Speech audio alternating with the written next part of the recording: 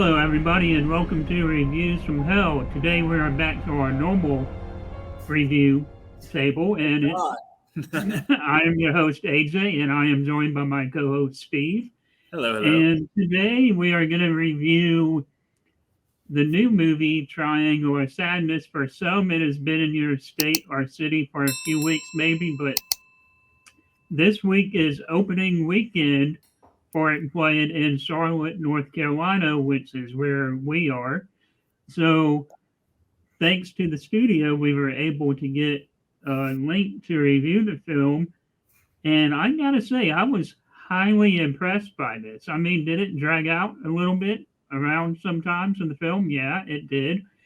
But Woody Harrelson gave a performance that's up there with True Detective and Three Billboards Outside of Ebbing, Missouri, I think. And Steve, what do you think about Triangle of Sadness?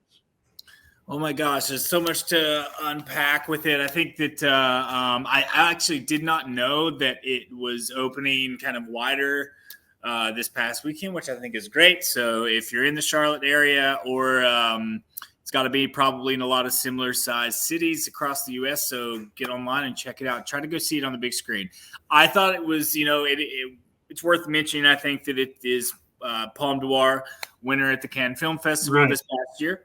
And I thought that it was well deserved. I think it's a pitch black comedy. It's funny from it's definitely it's got many onions going on about right off the bat. Socialism and capitalism are of course some of the satires in the film as well.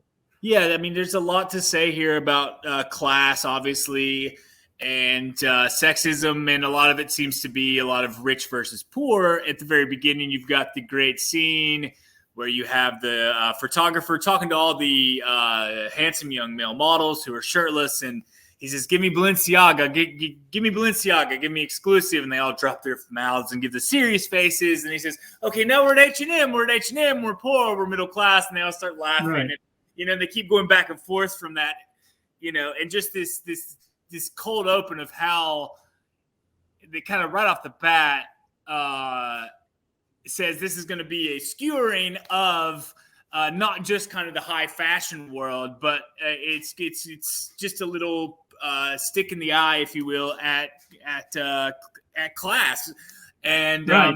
Poking fun of the higher classes, and you get that opening sequence, and then the film itself is set up into a few chapters where you're on the boat, and then you kind of get the middle section with Woody Harrelson, and then you've got the island is the next part of it, and the structurally like that.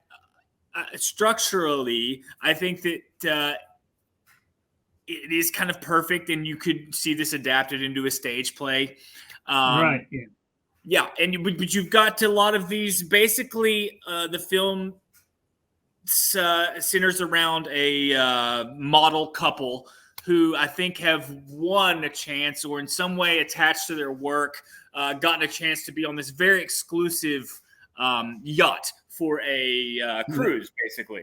And there's a lot of there's like arms dealers on the yacht, and very wealthy old British couple that are these arms dealers, and seems to be kind of it is very much like Eat the Rich, right? When you get on this, that is the film. I think in some ways, I don't know if it can be boiled down to it, but Eat the Rich is definitely a motto to keep in mind. Well, at least when they're on the yacht, at least. Well, I think that even farther than that, I think the whole thing could be boiled down to that, and that's just coming from a fact that the aristocracy are the shipmates, I guess, not the shipmates, but the people enjoying the cruise are modern day members of, and some even kind of outdated aristocracy. You just got very rich kind of Anglo people, and the crew are obviously not like that. In the first half of the film, kind of, and it brings you into it from, like I said, the couple who is played by this we are not going to get their names pronounced correctly. Well, Harris Dickinson is Carl, and her name is actually Charlby Dean Kriek, and she died. The girl that plays Vi. You told me that She died after it won the award shortly after, right? Yeah, so the female lead in this tragically died not long after filming this at the age of 31. So knowing that too, she is very great to watch, and it's a good performance. It's an ensemble film, but she is at the center of a large chunk of it. Her and Carl kind of act as a unit, so you kind of see the film through them. But yeah, I thought that was definitely worth noting, is that she died not long after filming this. But yeah, so you do get all this kind of that first interaction, the first scene where it is that I was talking about with the Balenciaga, the H&M, and the models smile and they drop their faces.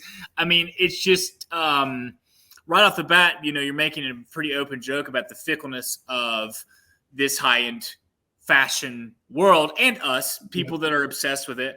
And you really do, they just extrapolate on that in a variety of different kind of settings. And you've got Woody Harrelson, who plays this kind of, he's the captain of the ship that they're on, and he's drunken. He's this old kind of washed up intellectual kind of wannabe intellectual guy who is drunk and, constantly just wanted to bite the hand that's feeding him, right? Right, and it's very much an award buzz for the performance that he gives in this, right? Yeah, no, I thought it was really fun. I thought he was good in it. I think in a movie like Triangle of Sadness, it's when you get somebody that you can put Woody Harrelson's name on it in this kind of supporting role capacity, and that sells it internationally. Yeah, it helps American audiences, because American audiences just aren't the often the most adventurous. Subtitles there, yeah. Yeah, especially a movie that has subtitles. It's just like the 1-inch barrier, as he said. And I'm guilty of that sometimes. I feel like I have to be in the right kind of mood to watch a movie with subtitles on it. A lot of people feel that way. So, I mean, you're not alone. I think that a good bit of what I watched throughout the week is probably foreign, and it's always been that way. So I'm lucky that it never got me like that with the subtitles. It was never a deal. But a lot of people, it's a deal. So when you have Woody Harrelson, it doesn't hurt anything, and he's good in the role, but it's not something that's like the central focus of the film, to where it, somebody who might just be going there for Woody might be disappointed, but it is, right. Yeah, but it's a fun, and I thought that so the first half of that is you get all these little just kind of like these kind of psychological, like almost warfare, and just all these, you just kind of get to see these characters who are all very much really juicy dialogue between the characters too, isn't it? Yeah, it's all very, it could be a stage play. It is all very writerly, and I think that a lot of the characters are obviously brought together during the first half when we're on the boat to kind of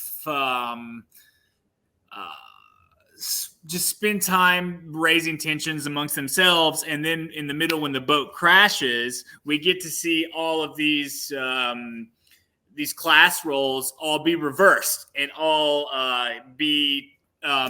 have things turned in on themselves. Like if, say, now that you're shipwrecked on an island, nobody gives a fuck what your title is all of a sudden, and nobody cares that you're in first class and I used to work. I can hunt, bitch. It's like, I can hunt and kill things. Like, you have the softest hands ever. You've never done a day's work in your life.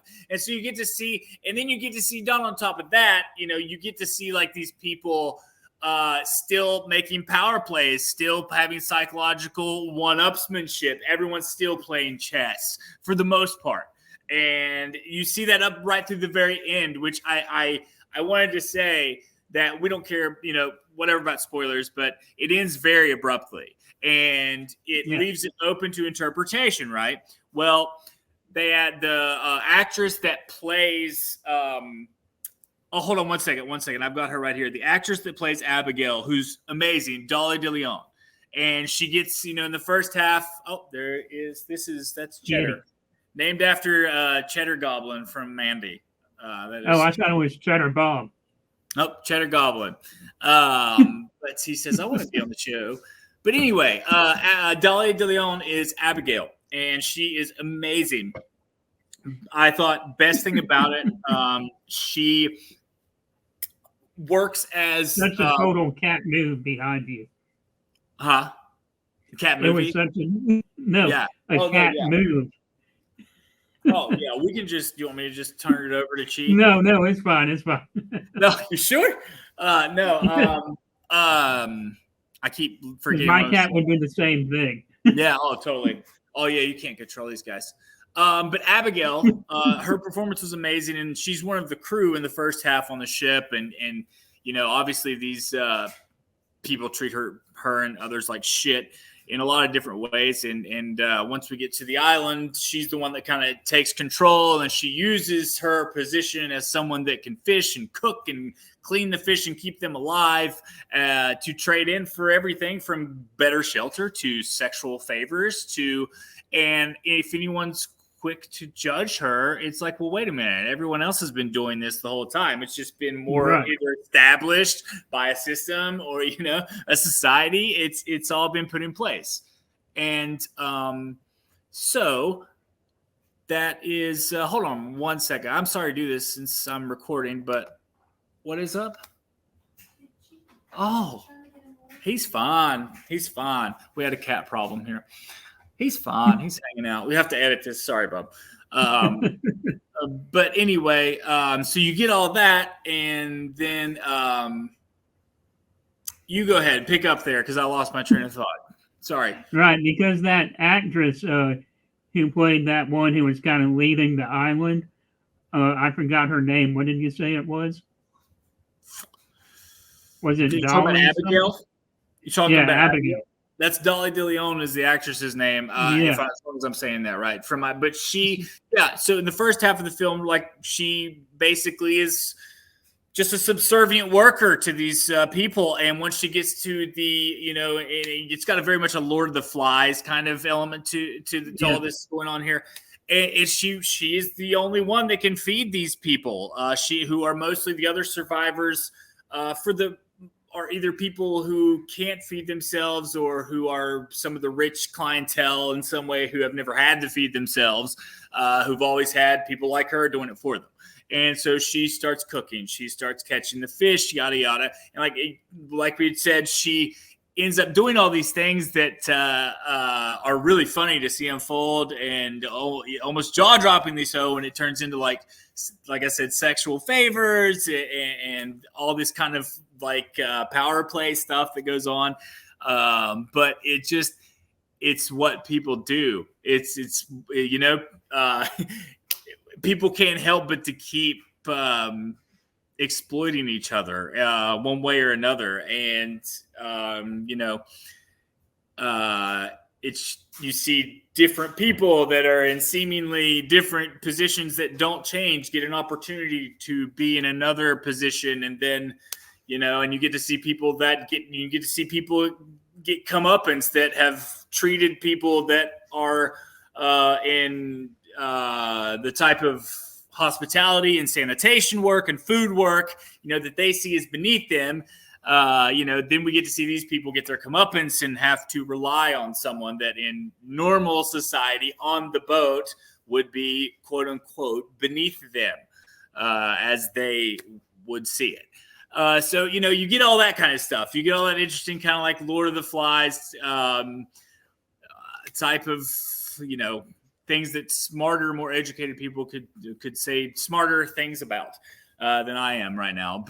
But it makes for a really interesting movie. But some people I had seen with this movie complain that the metaphors, not the metaphors, I'm sorry, that the movie, that the themes of the movie are very heavy-handed. I don't know. Which they could be taken like that, yeah. If you want to say that, I'm sure that's a fair critique. I'm sure it just depends how people already view those thematics and topics as well as a person, rather than you always bring yourself to anything, right? You always bring yourself to anything, right? As objective as you try to be, you always bring yourself. So you can't completely separate your inherent whatever, but just your biases, but you can recognize them. And so I thought the movie was a pretty fun jab at elites. And I did too. Yeah, I just thought it was really well done. And and it was especially the guy who sold manure, right? the guy that sold That kept saying, manure. "I sell shit" on the Yelp. Yeah. That was really funny. Yeah, no, yeah, you're right. Yeah, that was good. And I thought that it was it's definitely one of the more interesting. No, I watch a lot of horror for what I do, but it's definitely one of the better non-horror entries Right. that I've seen this year.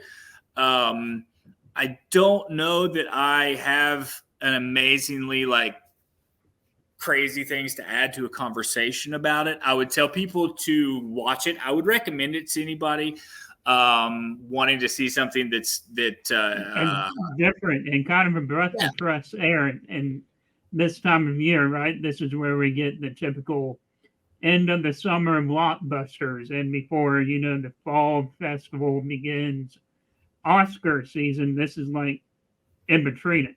Yeah, you can. It's kind of So maybe a no man's land, so to speak. Sometimes of box office offerings and such, but that can just create more time to find something out like this that you may not normally have time to. That you wouldn't have normally already had maybe chiseled out on your schedule, like the way some of these people do with Marvel movies or something. It's like, oh, I've got to live to 2026.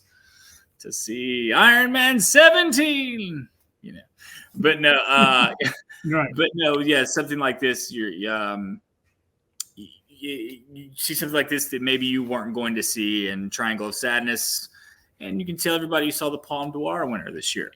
No, but I do think, right. Yeah, no, I do think that it's playing in a lot of theaters as well, because something like this may have been easily gone to just a streaming service or VOD, but it's really cool that it. Yeah, no, it didn't exactly playing Yeah, no, I did not know that it was playing here this weekend. As a matter of fact, it did not blow. It's not a film that necessarily blew my socks off, but I just thought that it was a smart little comedy that was just a smart little political comedy that was taking a swipe at the upper class, and that's always fun to watch if it's executed well enough, and if it's done, let me say, clever enough. And Triangle of Sadness is. It really is, and I really like that. After the model thing that we talked about in the very opening sequence, there is a dinner conversation there, and I think that was also a jab at how antiquated, dates should go. Like the male should pay for it, or should the female pay for it? It's kind of like that antiquated, system that we've become accustomed to as well. Sure. Yeah, no, I do remember the date scene where he's obsessing over she's not paying attention to him, and they're trying to pay, and they get into this whole argument about money. Yeah, definitely. Yeah, they're not the best couple in the world. No. But what? They're not Johnny Depp and Amber Heard, and I think they're a little bit better than that. Yeah, I wouldn't go that far. But I really, I'm going to go ahead and give it a ranking. I don't really have anything else to really throw onto the Triangle of Sadness fire. I would say it's a solid 4 out of 5 movie. It's very well done. It's very well directed. It's kind of understated in some places, and it's very writerly, but I don't think it's an actor's movie, I believe. There's just a lot of dialogue. The screenplay is written for performances. It's just like an actor's movie, I would say. Yeah, I think that it's the kind of thing, too, that if you're looking for something with a little bit more of a political or a satirical bite, if you like something like if you like something like The Death of Stalin, I can see you having a good time with this. I don't think it's quite that good at all, but it's in that wheelhouse. Yeah. So, and I do love a good satire, and especially something with a little bit of allegorical, nature to it. So I think that Triangle of Sadness overall is a winner. It's if not I do too, yeah. If not an all-timer, it's definitely not a bad way to kill 2 hours. Right, and I think I'd agree. I think I'd give it around a 4 out of 5 as well. I mean, it's a really solid film, and in the year of IP, excuse me, IP remakes or reboots and sequels and comic book movies, this is a little nice vacation from those movies. Absolutely. Just, vacation that ends up on a deserted island. But yeah, totally. You're absolutely right. All right, well, thank you for joining me, Steve, and Always a that's pleasure. it, everybody. All right. Have a good one.